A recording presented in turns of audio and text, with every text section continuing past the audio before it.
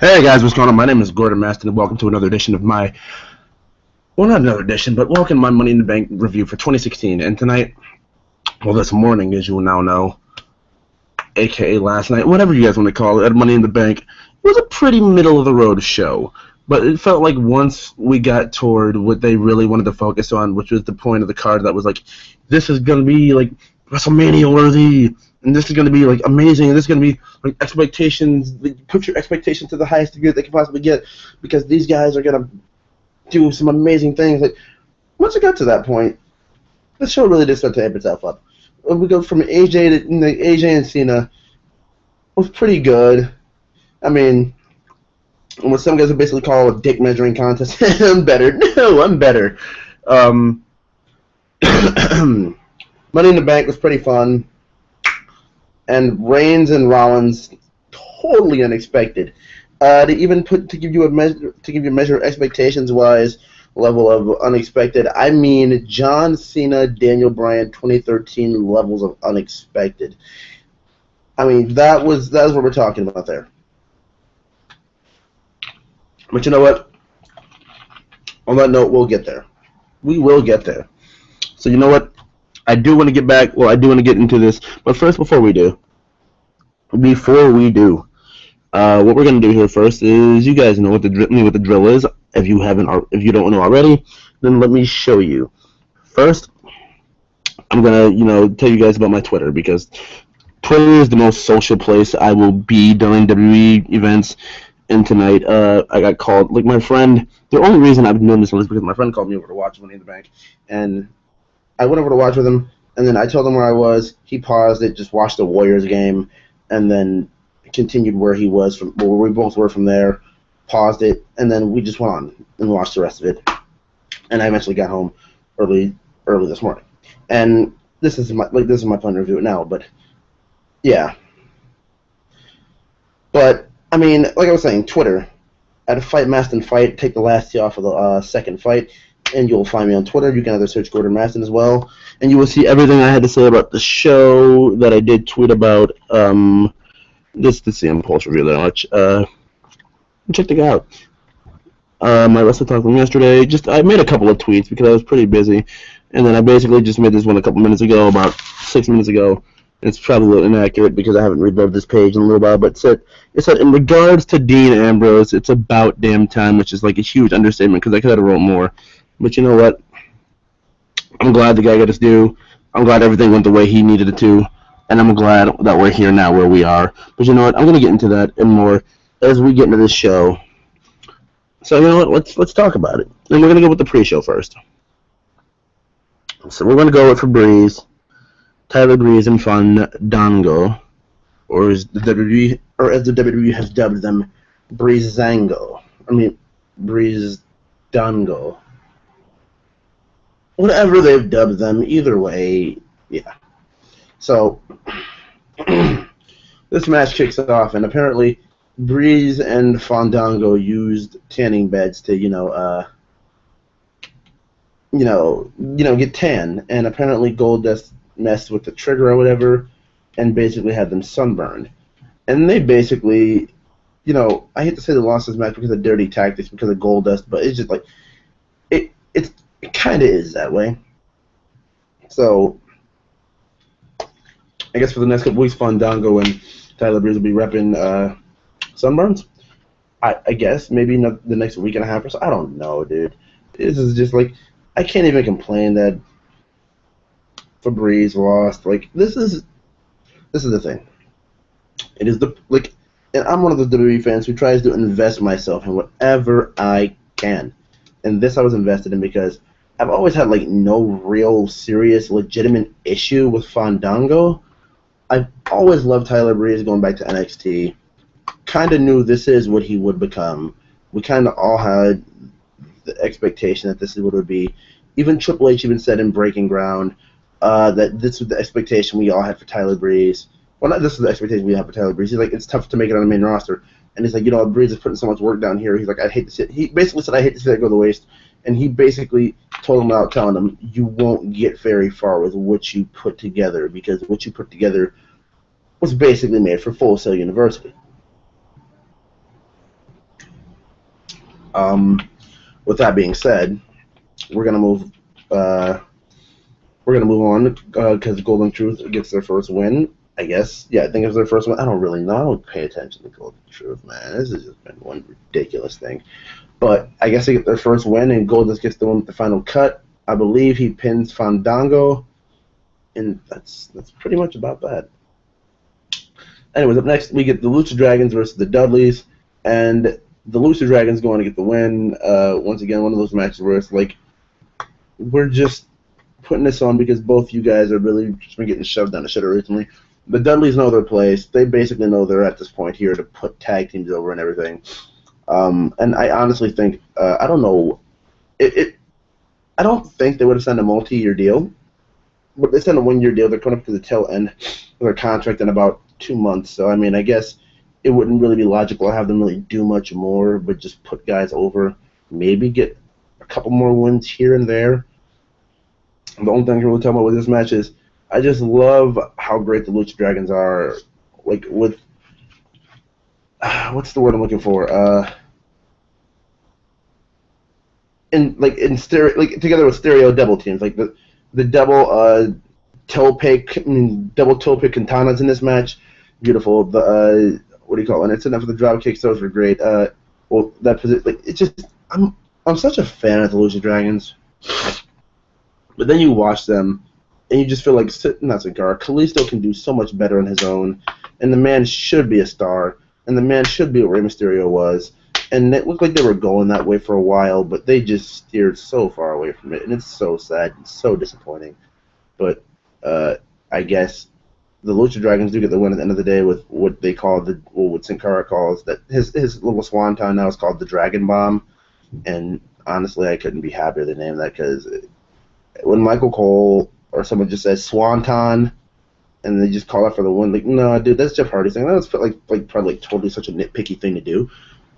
But at the end of the day, just Dragon Bomb, Lucha Dragons fits it so well. When they break up, I don't know if it gets to roll with that. Maybe he could, because people wouldn't really complain. It's Sin freaking Cara. Who's going to complain about a finisher name, dude? As long as it's not the Swanton. Who's going to complain? So, we move to the actual show. And the first thing that gets us going, which is just it's surprising to me, but then again, you look at WWE pay-per-view structure, it's not really surprising to me. It's the New Day versus Enzo and Cass versus Anderson and Gallows versus the Vaudevillains. End of the day, we all knew. With the New Day and Enzo and Cass both in this match, no one's fighting for at least about a good 5, maybe 10 minutes. But you know what? It's so worth it when they do what they do. Especially like when you get the New Day basically saying they're the elite of WWE, especially after 2 weeks after Big E already said he was the cleaner and brought a broom to ringside with him. And apparently, from what I heard, most people on Twitter didn't get this. And for those of you who know, Kenny Omega and the Young Bucks are the elite of Bullet Club. They call themselves. Oh, excuse me. They're the elite of Bullet Club. It's what they call themselves. And they basically mock the New Day. Not mock the New Day. They're having this friendly little Twitter beef with the New Day. And they're basically having like a war of wits. And, I mean, the crowd seemed to get it. Because like when they said they were the elite, like you could tell they're definitely Ring of Honor fans in Vegas. And Vegas is the place they go to. I think it was the... I can't remember which show. I think it was the 14th anniversary. Not the 14th. Maybe the 13th anniversary they were there for. I believe. Yeah. 13th anniversary show. And, yeah. But, I mean, once they said, we're the elite, you could just hear a good portion of the crowd in the front row, oh! For those who got it, shouts out. For those who didn't, I mean, yeah.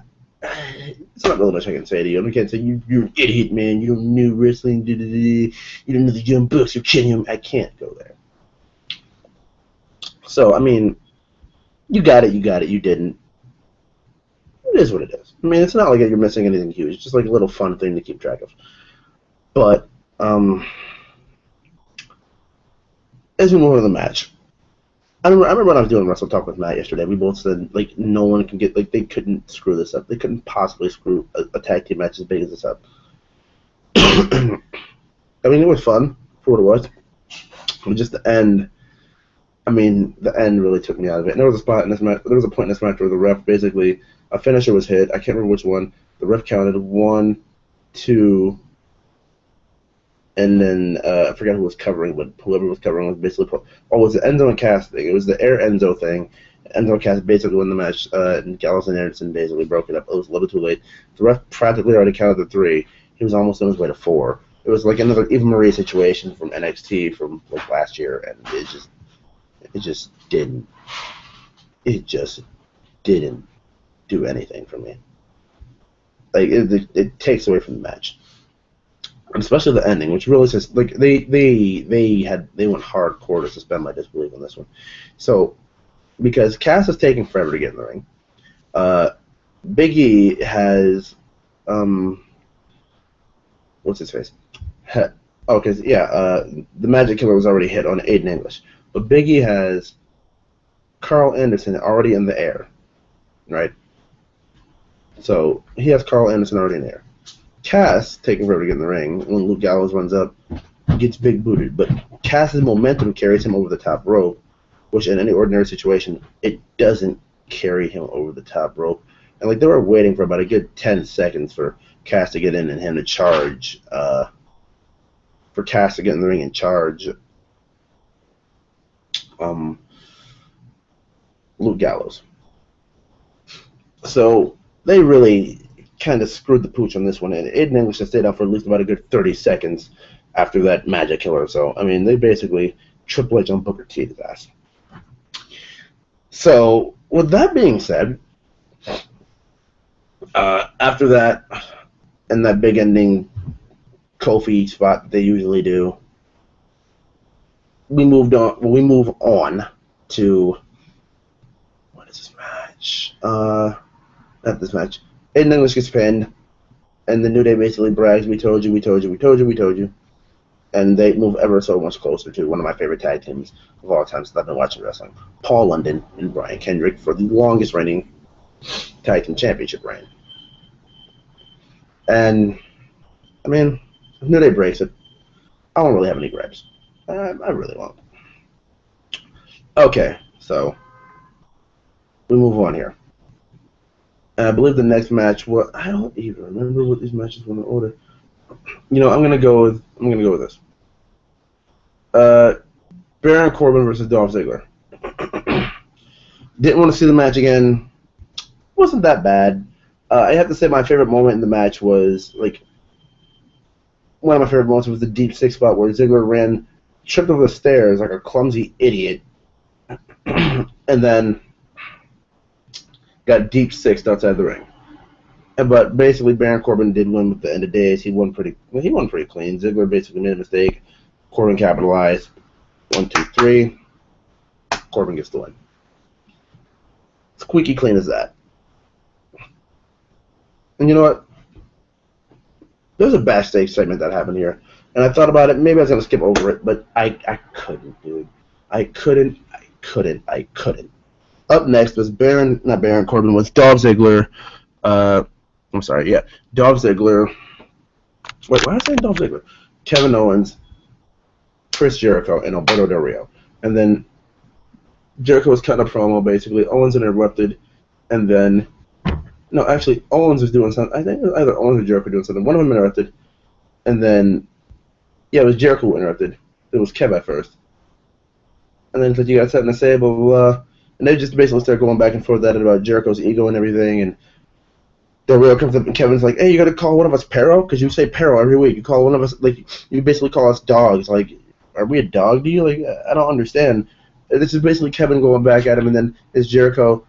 He's like, how come you've been in so many of these Chris, you never won? And you didn't even win the one in Apple. And if you guys remember the one from Raw a couple of weeks ago, when they were sitting on the ladders and Jericho had his legs crossed, and he said he won the Money in the Bank in Apple, Kevin Owens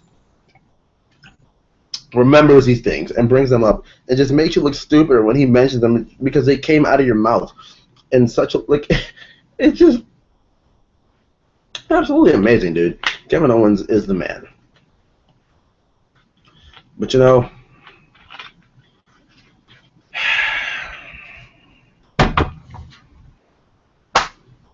we all have a place where we stand in certain shit. So I mean, I guess this is where I'm going next. Up next, though, I mean, this segment was amazing. I'll say that much. I can't remember it word for word. If I could, I would explain it word for word because it was actually worth that explanation. Well, that full-on word for word description. But you know what? If you didn't see it, go back and watch it. You have the network, go back and watch it. Streaming sites and you have links, go back and watch them because I'm not really going to give out links here. But go back and watch them. So, up next, we get Apollo Crews versus Sheamus, and Apollo Crews basically gets swung with the roll-up. This match, it was to me. Like, I didn't really enjoy it all that much. Like, I want to like Apollo, but I don't like Apollo. Sheamus have always been indifferent. I'm just in the spot where I don't care. And speaking of the spot where I don't care, if we're mentioning Ziggler and Corbin again, Ziggler is just in the ever most living position of stale. Dude should have went away when his contract was going up, when people still cared about him, and then came back maybe in like 2 years, a year, something like that, maybe a year or two, maybe even 3, because he is getting up there in age, maybe a year, I don't know, maybe 3, a little overdone, but, I mean, him and Sheamus just need some time away. They both do. I mean, I thought this heel run for Sheamus would have been something great last year. It honestly wasn't. It looked pretty good. It looked pretty promising, but it just wasn't. So, Apollo Crews did go on to get the win with the roll-up. Nothing much really to say here. I mean, it is what it is. Sheamus, with this I Hit the New Era thing, will probably continue with just another attack on Apollo. Excuse me. Probably continue with just another attack on Apollo, and I mean, that was pretty much that. But up next was Becky Lynch and Natalya versus Dana Brooke and Charlotte. Dana Brooke and Charlotte going to get the win here because Becky and Charlotte have been in miscommunication, and Charlotte has natural selection while Dana's distracting the ref. 1, 2, 3, and then Becky helps Natalya up after the match, and Natalya, finally, and I mean finally for herself in a singles run, turns heel. And she's going to get, I hope, a bit of character development. And she'll probably be one of these girls who says, like, the females of the new era, like the Beckys and Sashas are, getting all this attention, and I'm just getting thrown to the wayside, even though you just had 2 women's championship shots. You know what? I can't say that yet because that hasn't happened yet. We don't know what her motivation behind this was, and I guess we'll have to find out I'm wrong. Okay, now, my thing is here, maybe we'll get a triple threat battle. I don't know, man. I between Becky, Charlotte, and Natalya, not Becky. I mean, not Natalya, I'm sorry. Charlotte will come out winning again, and then I'll move on to Sasha Banks. Probably. I don't know. Let's see. Okay. Up next, I believe, AJ Styles, John Cena. After the Natalya turn. Because Natalya needed that, because let's remember, people, it wasn't too long she was farting, or she would just, she was just sitting there farting, knocking people out on SmackDown. Like, and that was my arm, people. That was not legitimately me. I'm just going to put that out there now, if you haven't noticed, and if you're smart enough to notice that, then thanks. And I'm pretty sure that's all of you. So, yeah. Alright, but Cena versus AJ, basically the match is just basically who can one up who. Like, it didn't feel like they were going full force yet because they probably know they're gonna have a couple more matches and they'll keep a couple more sticks. A couple more tricks in store. So there's that. But I mean, we basically get here the club coming out after a ref bump, and Cena getting laid out by the Magic Killer, which is practically the finisher of the night, by the way, unless you're counting Dirty Deeds, and we'll get to that when we get to that, or the pedigree. We had a couple finishers that were really, really looking strong tonight. But yeah, that was them, and that was that. But up next, not but up next, but the Magic Killer happens. AJ gets the cover, wins, beats Cena, and we'll probably see you at Battleground. The logical idea for me, honestly, at Battleground is for AJ to get disqualified and Cena not to get the win. But that's not a WWE world. The WWE world is when Cena gets the second win back, and maybe the third. So in all likelihood, Cena probably get both of those wins back, even though he doesn't get the second one back, and then beat AJ Styles. Not beat AJ Styles. He'll probably get the second one back, and Cena will probably get the second one back and beat AJ, and then probably the third. So there's that. But up next here we got Money in the Bank, and this was pretty fun. From everybody fighting on top of the ladder, everybody fighting on top of the ladder to the Michinoku driver on the ladder to just all that stuff. Cesaro jumping off the ladder onto the ropes into the uppercut, which was freaking awesome. Everything. Enjoyed it all. But Dean Ambrose eventually does go on to get the Money in the Bank after he basically takes Kevin Owens off the ladder, and that ends, Money in the Bank, and Ambrose is the winner. And up next we have Titus O'Neil versus Rusev, and I felt like this was a bit of a cool-down match, and it was also something I was saying, look, the finals are about to end. Please go watch this. Get it out of your system, watch the finals, and then come back for our main event. And that was basically what that felt like. Oh, excuse me. I'm sorry, guys. I don't think so. If you guys didn't know, and I didn't say it already, I'm on no sleep. But we're powering our way through this. Honest thoughts on this, I enjoyed it. I'm glad Dean won. I said it since a couple weeks ago back on the Raw review that I am, I shifted my pick back toward Dean after he got qualified for Money in the Bank because I completely just ruled Dean out of that entirely. And since he was in, like, Ambrose. It's Ambrose. It's Ambrose. It's Ambrose. They wouldn't have that Shield highlight segment if it wasn't going to be Ambrose.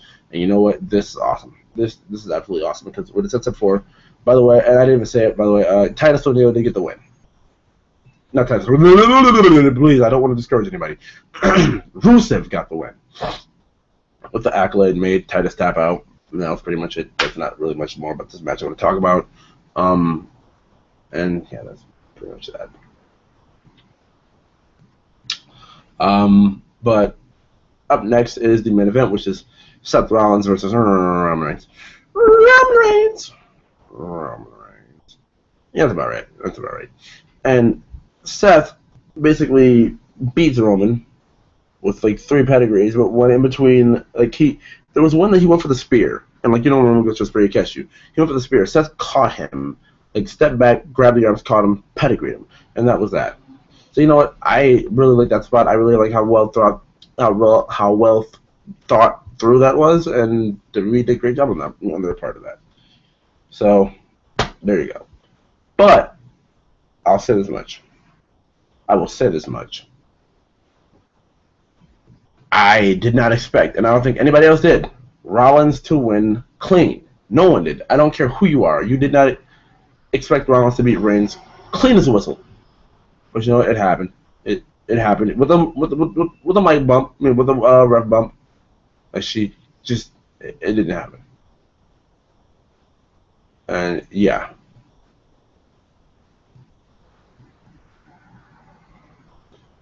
Okay. I'm sorry about the moment of silence, people. So I just had a thought on my. But yeah, beat him clean as a. Yeah, that's what the moment of silence is for. Seth Rollins beating Roman Reigns clean. But basically, next we get the Dean Ambrose cash in. Ambrose cashes in, and from there, he beats Rollins. So not only was Roman Reigns champion one night, so was Seth Rollins, and so was Dean Ambrose. And this is probably something that WWE's going to beat into the ground emphatically. All 3 members of the Shield at one point were WWE World Heavyweight Champion in one night. But yeah, that was basically Money in the Bank. I enjoyed the hell out of this. Dean Ambrose is finally a champion. This has been my guy from the Shield since 2013. I don't want to make this all about me. I don't want to be a fanboy. But at the same time, I'm going to say I've supported this man since 2012 when the Shield started because I heard so much about this Ambrose, and I wanted to know what was all the hype, what was all the buzz. And I looked back as far as I could at FCW stuff. And I got an answer. I got everything I needed to know about who Dean Ambrose was and what was going on with him. So you know what? That was Money in the Bank. I'm sorry about the moment silence there. In all honesty, I'll be honest with you guys. I'm beat. I'm tired out of my mind. I did lose it there for a second. Let me review. Yeah, but I'm sorry. I do apologize dearly. But remember, I did get through this the best I could. And we probably cracked a little over 20 minutes, 24, 25 minutes. But remember, leave your thoughts on this video if you already haven't. Subscribe if you're not subscribed for more of that wrestling review goodness on my channel. And leave your thoughts in the comments section below. Follow me on Twitter, Fight Mastin Fight. That last fight, the second one that you just heard me say, Fight Mastin and Fight, has the T taken off it because of Twitter purposes. That won't let me put that there. So, you know what? I want to thank you guys for watching. I do appreciate it. Leave your likes, comments, subscribe, and we will see you guys next time. Thank you guys for watching. I do appreciate it. See ya!